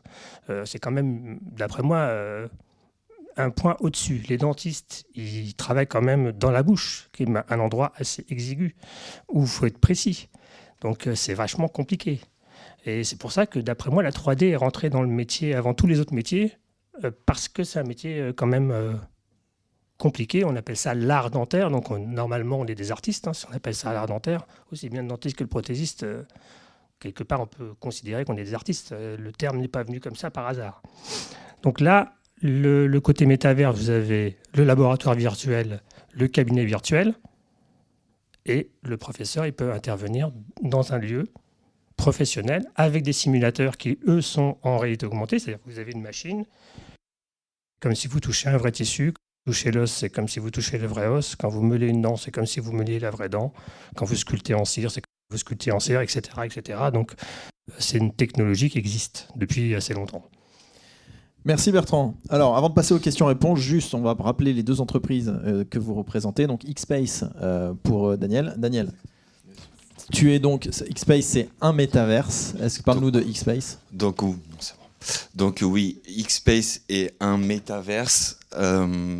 Aujourd'hui, qui utilisait Unity. Aujourd'hui, si je peux critiquer ma propre entreprise, c'est un cas. C'est aujourd'hui, on aurait dû utiliser du Unreal Engine. Parce qu'aujourd'hui, on peut faire des simulations. On t'en voudra pas trop, nous. Okay. Tu fais ce que tu veux, il n'y a pas de souci. On doit faire vraiment quelque chose de virtuel, donc réalistique. Parce que si on regarde un peu Meta, Zuckerberg, c'est pas pour rien qu'il a perdu de l'argent. Quand on regarde un peu son Facebook Metaverse qu'il est en train de faire. Donc aujourd'hui, trouver un monde virtuel n'est pas un problème. On a Xion aujourd'hui qui peut nous assister permettre de héberger aujourd'hui pas mal des choses, dont un métaverse. Le côté blockchain, je laisserai Sébastien en dire un peu plus pourquoi ça serait bien d'avoir surtout une solution française. On a compris entre Amazon et autres, ça serait bien aussi de radorer l'image de la 3D, vu qu'on est les leaders au monde. Il n'y en a pas marre que Canada embauche des gens de chez Ubisoft chez nous. Je pense que vraiment, c'est un truc à faire. Et vu qu'on parle aujourd'hui entre prothèses, dentaires, moi, en l'occurrence, j'ai pas mal d'agences de com qui sont intéressées par la métaverse. Parce qu'aujourd'hui, on a des mannequins, soit qui ne boivent pas, qui ne fument pas, ou qui ont des droits que d'autres ont. Donc aujourd'hui, comme Mbappé qui ne voulait pas se faire photographier avec du KFC, pourquoi pas. Mais aujourd'hui, les droits d'image, et justement avec la communication qu'on a aujourd'hui, 80% de nos métiers, ça vaut de l'argent, tout le reste, c'est de la technique. Donc aujourd'hui, si on peut donner vraiment un intérêt à tous ces mondes virtuels, parce que ce n'est pas un jeu. Je déteste quand quelqu'un me dit « Ah, c'est un jeu ». Non, c'est pas un jeu, c'est une simulation. Et vu qu'on parle de simulation surtout, aujourd'hui qu'on a des applications en bouche, donc médicales, les normes RGPD, ça vous parle tous. Quand on a regardé aussi la clinique à l'Essonne qui s'est fait hacker ses données, c'est quelque chose aujourd'hui qui peut tous nous toucher. Donc en l'occurrence, aujourd'hui, avoir une blockchain, que Sébastien va prendre un peu le temps d'expliquer un peu plus en détail. Pourquoi accoupler un monde virtuel avec une blockchain, et le mot communauté reflète la totalité au final. Parce qu'aujourd'hui, vous êtes une communauté de prothésistes, de dentistes, mais on a plein de communautés aujourd'hui qui peuvent faire comme dans le monde de finance. Si, imaginons, il y a des NDA à mettre en place, aujourd'hui, ces NDA, on pourrait les mettre en place via cette blockchain. Excuse-nous, NDA ? Un contrat de confidentialité. D'accord.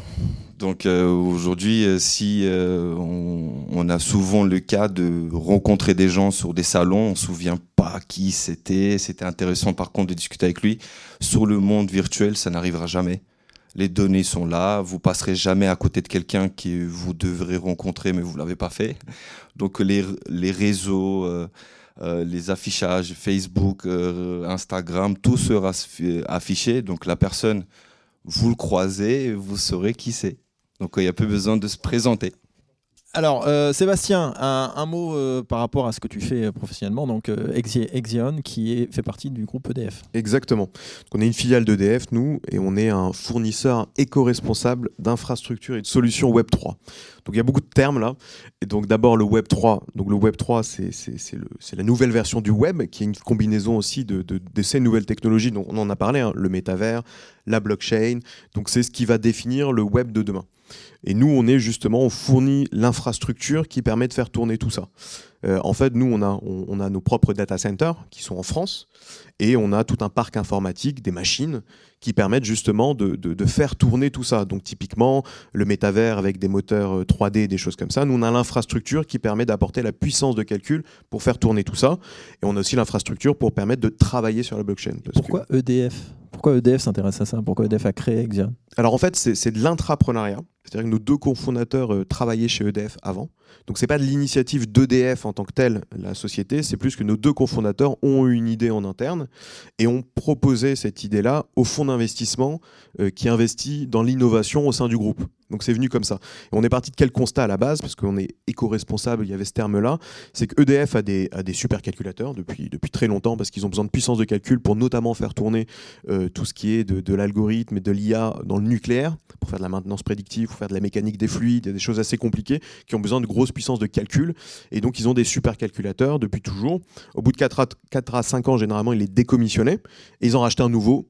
Dernier cri, qui est rentré dans le top 50 au niveau mondial, et ils faisaient rien des anciens supercalculateurs, parce qu'à démonter un supercalculateur, ça peut coûter des centaines de milliers d'euros, et donc en fait, ils les laissaient dormir. Sauf qu'un supercalculateur, c'est comme si je disais qu'on avait une Ferrari, qu'au bout de 4-5 ans, ma Ferrari, elle a encore beaucoup à donner, et donc nous, on les rachète, et on donne une seconde vie à ces infrastructures.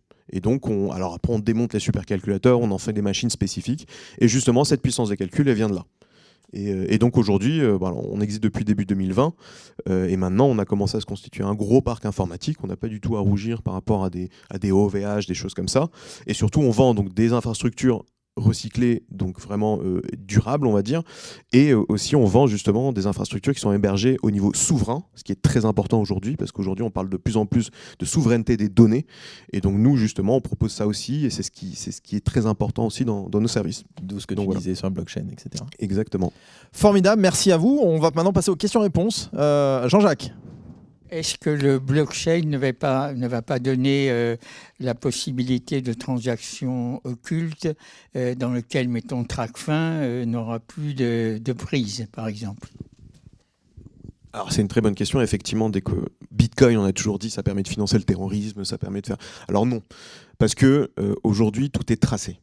Donc effectivement, les portefeuilles qui font des transactions, c'est des numéros de série. Mais en fait, quand on veut sortir de l'argent de la partie blockchain, on est obligé de s'identifier. Donc en fait, on en revient à savoir qui a fait des échanges. Effectivement, on ne va pas pouvoir empêcher des échanges de se faire, mais on va savoir qui réellement font les échanges. Donc en fait, on ne va pas pouvoir faire du blanchiment d'argent ou des choses comme ça en fait, sur la blockchain. Aujourd'hui, c'est minime ce qui se fait sur la blockchain en termes de blanchiment par rapport à ce qui se fait déjà dans le monde réel, avec des vrais mécanismes qui existent déjà sur des sociétés offshore, sur des choses comme ça. Donc en fait, il y a une vraie traçabilité et qui ne peut pas être modifiée. Donc dans tous les cas, un jour, on peut retrouver ce qui se passe et on peut savoir qui est-ce qui a fait quoi sur la blockchain, clairement. Arthur. Bonjour. Question. Lundi, je reprends le boulot au laboratoire. Est-ce que ça reste ici et on n'en parle plus ? Ou qu'est-ce que je peux faire lundi dans mon laboratoire pour l'intégrer dans mon avenir ? La blockchain, la NFT, ça m'a fait un peu rêver, mais j'aimerais bien comment l'appliquer. Daniel. C'est qu'aujourd'hui, vous avez forcément des fournisseurs qui vous livrent. Donc aujourd'hui, la possibilité de savoir votre stock en temps réel, c'est jamais il vous arriverait d'avoir un problème avec votre à provision. Et derrière, vous pouvez aussi vérifier que les prix ne changent pas énormément, vu qu'actuellement c'est le cas. C'était pas tellement ça dans mon idée. C'est demain comment je peux changer mon exercice et mon métier par rapport à ça. Vous avez justement pas à changer. C'est pour ça que j'ai cité tout à l'heure le mot transition. Transition, c'est juste changer sa modalité de tous les jours. Aujourd'hui, vous avez des patients que vous avez forcément qui s'enregistrent sur Doctolib, qui est juste forcément une base de données. Et aujourd'hui, si vous l'intégrez ça sur la blockchain, vous avez une base de données qui pourra vous différencier. Ce client-là a besoin de plutôt ça, patient, excusez-moi, j'ai pas l'habitude de... ce patient a plutôt ce problème-là. Et aujourd'hui, vous pouvez définir votre planning et votre agenda en fonction de vos patients. Donc, vous avez la préférence de madame qui vient tous les 3 mois parce qu'elle a un petit bobo ou monsieur qui vient tous les 6 mois parce que ça va plus. Pour Arthur, pour répondre aussi plus compléter, je me suis renseigné auprès de mon voisin de gauche là. En fait, aujourd'hui, t'as pas une possibilité de plonger dedans pour faire évoluer ton environnement professionnel. Par contre, tu peux déjà t'inscrire dans un métaverse, celui de Xspace ou un autre, comprendre ce que c'est, voir ce que c'est, et puis de là, générer une réflexion pour voir quelle application demain tu pourrais faire pour que cette transition dont parle Daniel puisse s'effectuer le moment venu, quelque part. Oui, non, mais c'est exactement ça. En fait, c'est vrai qu'aujourd'hui, il faut savoir quand même, la technologie est encore très jeune. Ça manque d'applications concrètes aujourd'hui qui sont industrialisées, comme les réseaux sociaux, etc. Ça met quand même du temps à se créer. Et la première étape, c'est déjà d'éduquer aussi les gens, d'éveiller les gens. Et par exemple, ça t'intéresse et c'est super bien parce que c'est justement ça qu'il faut faire aussi. C'est que les gens commencent à se dire, OK, je vais pouvoir changer ma façon de travailler grâce à la blockchain. Mais c'est vrai qu'aujourd'hui, demain, il n'y a pas encore la plateforme qui va te permettre de travailler sereinement sur la blockchain. Mais ça va venir. D'ailleurs, regarde, c'est ce que fait Facebook. Aujourd'hui, tu as des publicités pour Metaverse qui sont financées par Facebook. C'est Facebook qui font ces pubs et qui ne te vendent rien. Qui t'expliquent que demain, le Metaverse va permettre ça. Donc, ils nous préparent directement. Sébastien. Merci. Bonjour à tous. Moi, je pense qu'aujourd'hui, comme vous l'avez dit, c'est beaucoup trop tôt parce qu'il n'y a pas d'application. Mais il y a une manière de se mettre dans ce genre de choses. Peut-être, vous me direz non, oui. Moi, chez moi, j'ai un casque qui s'appelle Oculus, qui est un truc de réalité augmentée, si je ne me trompe pas dans les termes, virtuel. Voilà. Je mets ça sur la tête et je suis dans mon monde. Et dans mon monde, j'ai un avatar. Et puis tous ceux qui ont ce casque, ils ont un avatar. Et on peut se rencontrer, savoir quelle application on utilise, quel jeu. On peut aller sur Facebook, sur plein d'autres choses. Je pense qu'aujourd'hui, malheureusement, c'est le seul truc concret qui peut être ludique et nous mettre un pied dans l'univers. Parce que si on veut, comme dit Arthur, se mettre professionnellement dedans, il n'y aura rien. En revanche, là, c'est une manière d'être dedans, avoir un petit esprit sur le truc. Enfin, moi, quand j'entendais tout ça, je pensais qu'à mon casque. Je me disais, ce soir, quand je suis sur mon truc, ça ressemble à ça. C'est ce qu'a souhaité la PD en organisant cette table ronde directement. Mais rassure-nous, tu es bien avec nous là, tout de suite, à l'instant, là, tu es là. Oui, et justement, pas dans ton salon, là. Mais ta question, elle est puissante parce que j'arrête pas de me dire, moi, ça m'intéresse, ça me passionne. Demain, on va en parler avec Arthur parce qu'on travaille dans le même laboratoire. On va en parler ensemble, mais moi, je vais être la personne qui va dire, Arthur, ça sert à rien. Alors qu'en fait, je vous dis, j'ai un casque, ça sert pas à rien, ça me passionne. Mais concrètement, pour notre boulot, je préfère qu'on parle d'autre chose. Mais quand tu dis, tu es bien là devant nous, ça me fait aussi un peu peur tout en étant passionné parce que c'est quoi ce monde de demain ? On va manger avec des perfusions, on va être gros, comment ça va se passer ? On va tous être dans un salon. Alors oui, on est en train de dire que ça va plus connecter les gens.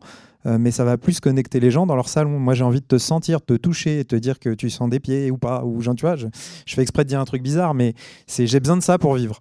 Ouais, c'est complémentaire, mais en plus, il y a je ne sais plus qui m'avait dit ça. L'important, c'est ce que on parlait d'impression 3D et il y a un gars qui dit l'important de la machine, c'est ce que tu en fais, c'est pas la machine.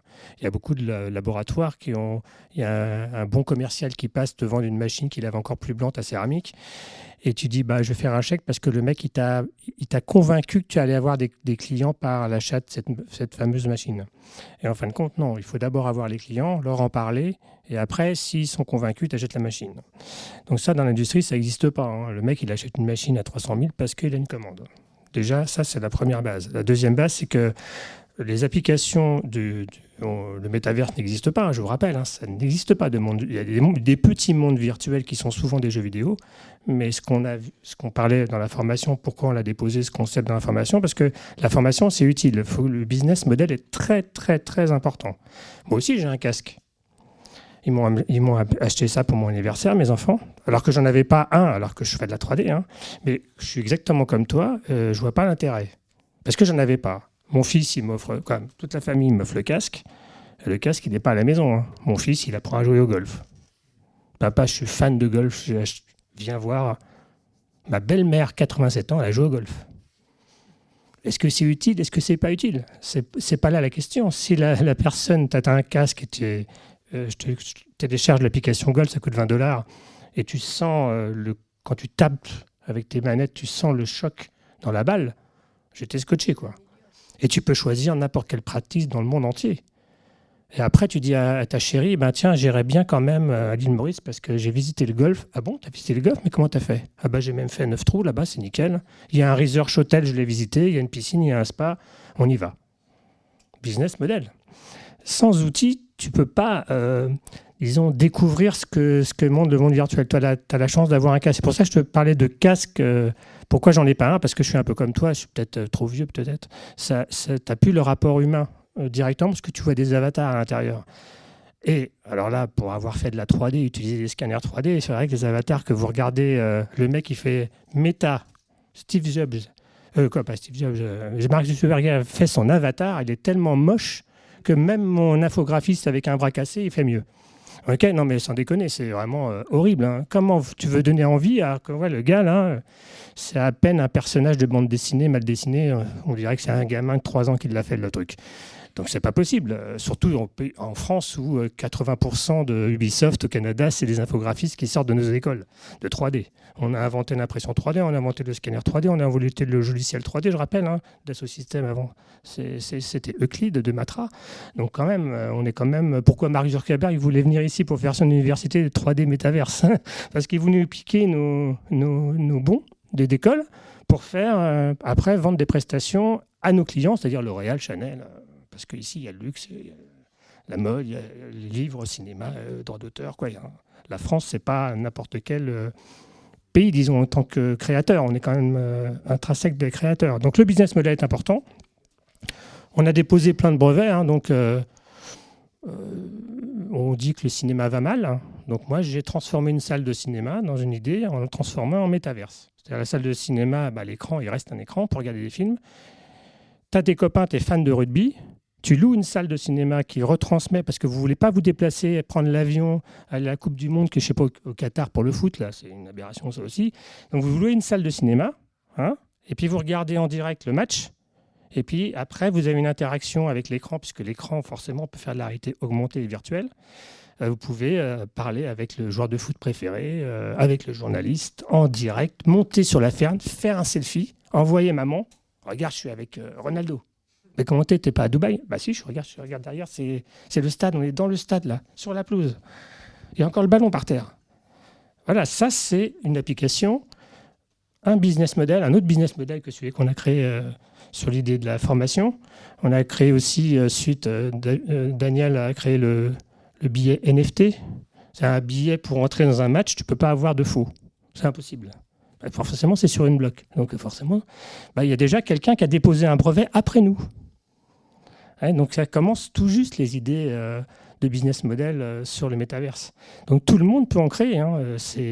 La blockchain est utilisée par les notaires en traçabilité, en neurodatage, depuis 2020. Mais je pense que tu as des clients qui l'utilisent pour bien plein d'autres choses, et peut-être même confidentielles. Oui, permettez-moi de rebondir encore. Je me suis toujours plaint en fait dans notre profession où les prothésistes n'étaient pas suffisamment sollicités. Et moi, l'idée en vous entendant, c'est un jour venez au laboratoire et venez voir ce qu'on a. Parce qu'aujourd'hui, une problématique qu'on a aussi avec toute cette 3D et tous les fichiers que nous recevons, on se retrouve à recevoir 50 mails dans la journée de 50 plateformes différentes et ça devient complètement ingérable. J'aimerais bien un petit NFT ou un truc qui nous permettrait de tout centraliser à un endroit. Je ne sais pas si je rêve, mais j'ai envie que vous nous fassiez participer à ça parce que j'y vois des solutions. Ah oui, forcément. Il a des calculateurs 3D. Il peut même mettre des logiciels sur ses calculateurs 3D.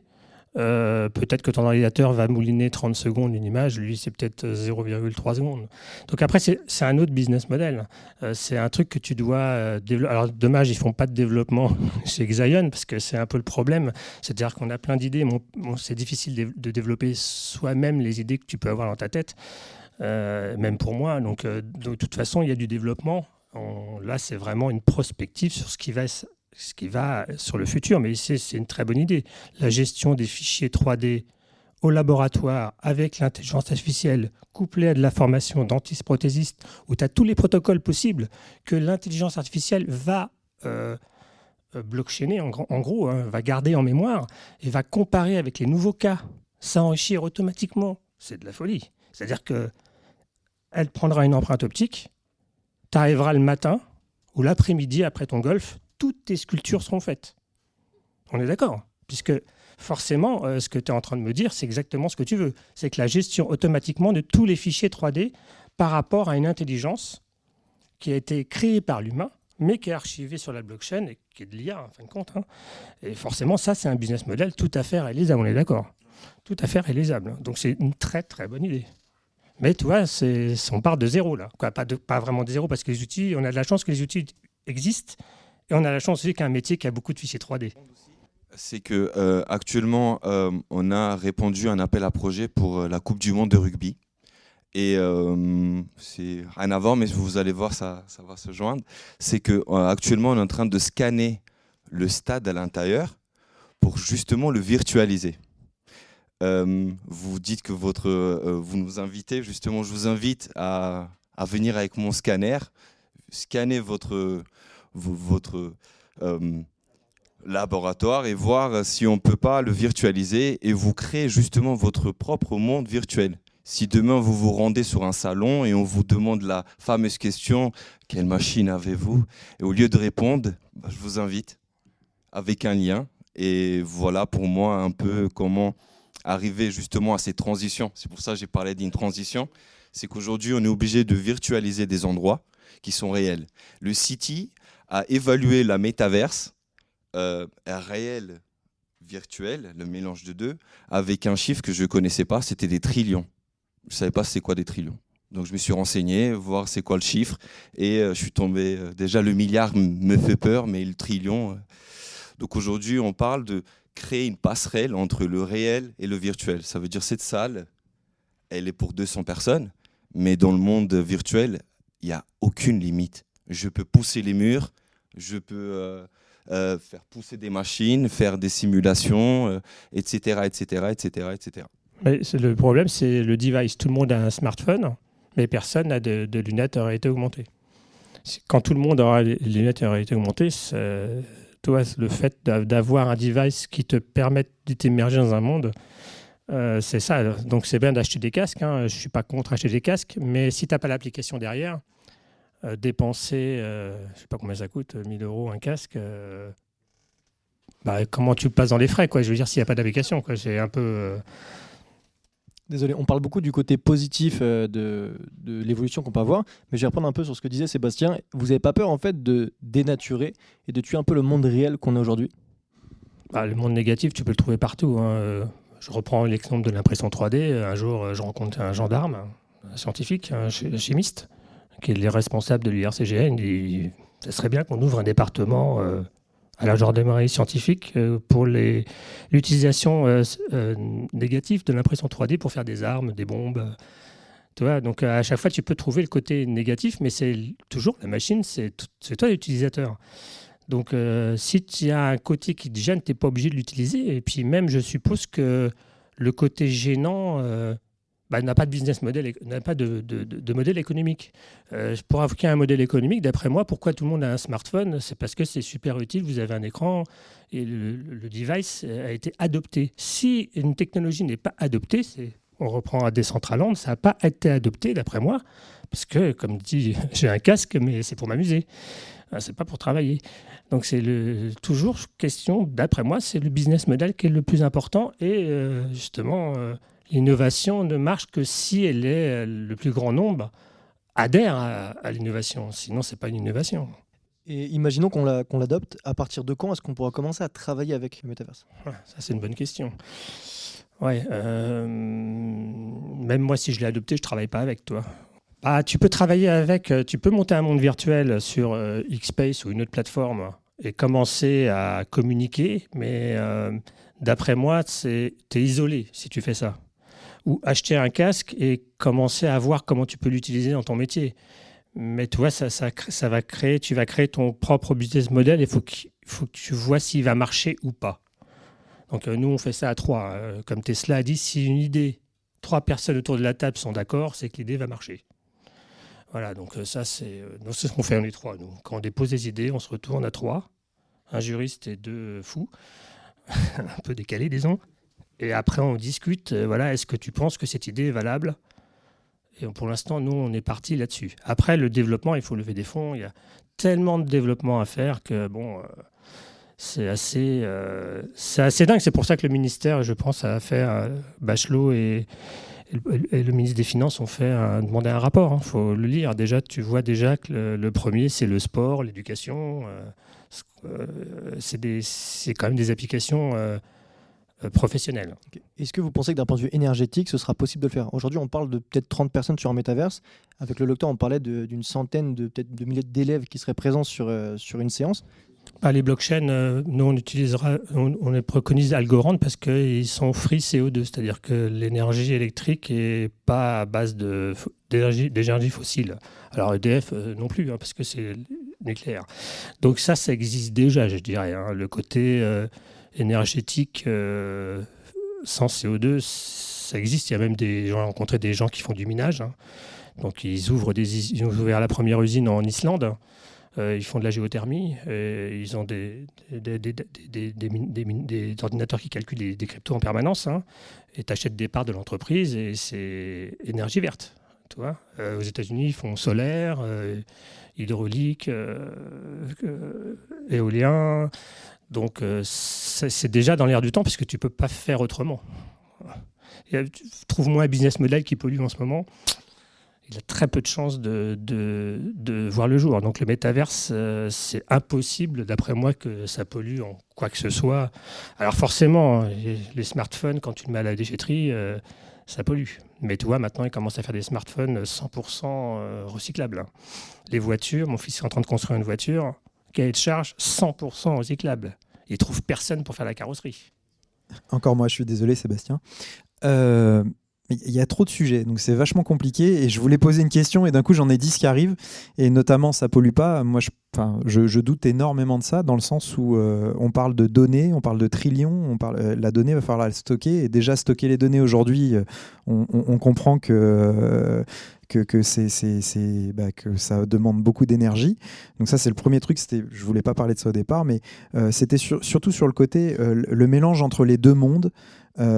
Premièrement, je pense que ça ne sert à rien de lutter contre, parce que c'est vraiment le futur. Tout ce dont on est en train de parler, c'est une évidence que ça va avoir lieu, qu'on le veuille ou non.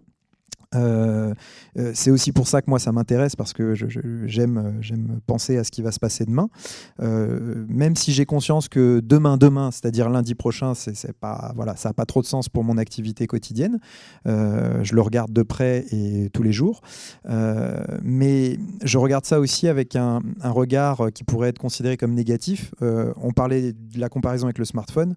Je pense que tout le monde dans cette pièce, quand on a des enfants, sait que c'est compliqué d'être à table avec des smartphones, et qu'aujourd'hui, les gens vivent avec le smartphone collé sur les yeux.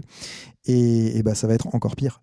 Après, j'insiste sur ce que j'ai dit juste avant. Ça ne sert à rien de lutter contre ça, c'est le futur. Donc plutôt essayer de trouver la bonne intégration dans notre monde de toutes ces choses-là. Et j'en vois déjà énormément des bonnes intégrations, comme tout ce qui a été évoqué dans notre univers du dentaire, sur assister à une conférence avec encore plus de gens, se balader dans la salle, tout ça. Ça, c'est génial. En revanche, vu que ça sera plus facile, on dira moins à sa famille j'ai pas le temps ou quoi, on va se mettre avec le casque, on va être dans cette conférence, on assistera encore plus de choses et on sera encore peut-être un peu moins avec nos enfants, avec le ballon, avec l'herbe. Le gazon il sera toujours vert dans le casque, il fera toujours beau dans le casque, ça sera toujours fabuleux. Puis quand on enlèvera le casque, le frigo sera pas plein et les enfants on les aura pas caressés. Voilà. Mais il y a un univers compliqué. La question c'est pas vraiment une question, c'est juste de dire ça. On peut pas lutter contre, mais les phobies, on les aura. C'est juste peut-être s'il y a une question, c'est comment essayer de faire en sorte qu'avec ce nouveau monde, ça soit pas pire que le monde actuel avec les smartphones, puisqu'on compare ça beaucoup avec le smartphone. Ouais, mais est-ce que le monde est pire avec les smartphones ? C'est-à-dire que je pense qu'en fait, c'est toujours un contre, le pour et le contre. C'est-à-dire, qu'est-ce que ça a apporté en termes d'innovation, en termes d'accélération, de société ? Pour revenir sur tous les trucs, Internet, ça a mis 20-30 ans à devenir ce que c'est. Aujourd'hui, on a un monde qui accélère. Grâce à quoi ? Grâce à la technologie aussi. Si je peux me permettre de micro-couper, après je laisse le micro. Est-ce que le monde est pire avec les smartphones ? Évidemment que non. Je consulte mon compte en banque rapidement, je fais mes actions en bourse rapidement, je suis dans le métro, je suis n'importe où. Ça, c'est génial. Mais je parle du monde sensoriel. En fait, qu'est-ce qui est le plus important ? D'être au taquet sur ces activités-là qui permettent de faire avancer, d'être toujours plus productif, d'être ceci, d'être cela, ou de vivre pleinement, de ressentir les choses, de croquer dans une pomme et d'avoir le goût. Qu'est-ce qui est plus important ? Et dans cette réponse que tu viens de nous donner, excuse-moi, j'ai un peu le sens de ce monde ultra moderne, toujours plus. Avant, nos grands-parents, est-ce qu'ils souffraient d'avoir moins ? Tout en disant ça, je suis à fond piqué dedans. Il y a 2 secondes, j'étais sur mon compte en bourse. Voilà, mais bon. Je suis d'accord, il faut peut-être quand même ralentir aussi peut-être le monde, mais en fait c'est toujours un balancement enfin, entre les deux. Maintenant on ne pourra jamais empêcher la technologie d'évoluer, il faut l'accompagner et il faut en tirer le meilleur aussi. C'est ça aussi, quoi. Formidable, merci pour tous ces échanges. On peut les applaudir, ils avaient promis d'être super, ils ont été extraordinaires. Donc on peut applaudir Sébastien, Daniel, Sophia, Bertrand, merci pour ces éclairages. Je crois que maintenant on sait un peu mieux ce qu'est le métavers, ce que potentiellement nous attend demain. En tout cas on sait que ça va arriver, on sait que c'est là, la blockchain, etc. Et donc ça a été vraiment super. Donc merci à tous, on était sur Modulus en direct de la 6e journée des rencontres de l'APD au sein de l'UNPPD. Merci à tous.